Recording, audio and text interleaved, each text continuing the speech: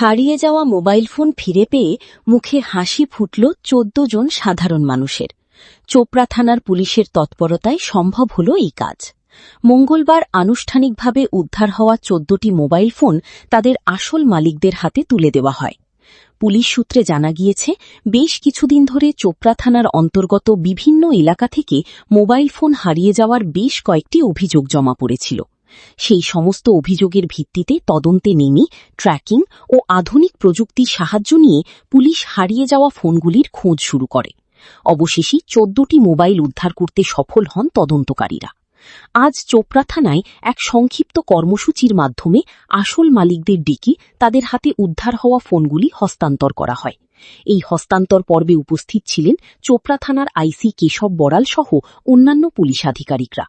হাতছাড়া হয়ে যাওয়া ফোন এত দ্রুত ফেরত পেয়ে পুলিশের প্রশংসায় পঞ্চমুখ উপস্থিত সাধারণ মানুষ।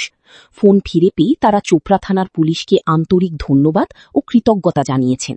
ধন্যবাদ জানাবো সবার আগে চোপড়া থানার পুলিশ কর্তৃপক্ষকে। পেয়েছি, খুব আনন্দিত।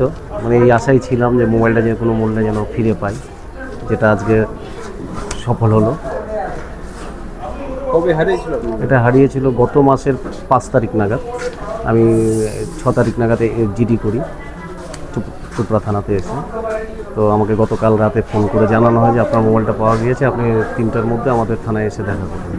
তো আমি আজকে, আমাকে বলা হয়েছিল আসার সময় আপনার আই কার্ড নিয়ে আসবেন সঙ্গে, আর জিডি যে কমপ্লেন আপনি করেছিলেন সেই কপিটা নিয়ে সঙ্গে নিয়ে থানায় দেখা করবেন। তো আমি ৩টার মধ্যেই পৌঁছে যাই থানায়। এখন আইসি সাহেব আমাদেরকে সেই মোবাইলটা ফিরিয়ে দিল। আরও যারা আমার সঙ্গে অভিযোগ করেছিল, যে আরও অন্যান্য যারা ছিলেন, যাদের হারিয়েছে তারাও এসছে, সকলকেই ফিরিয়ে দিলেন। ১৪-১৫ জন ছিলাম আমরা ভিতরে।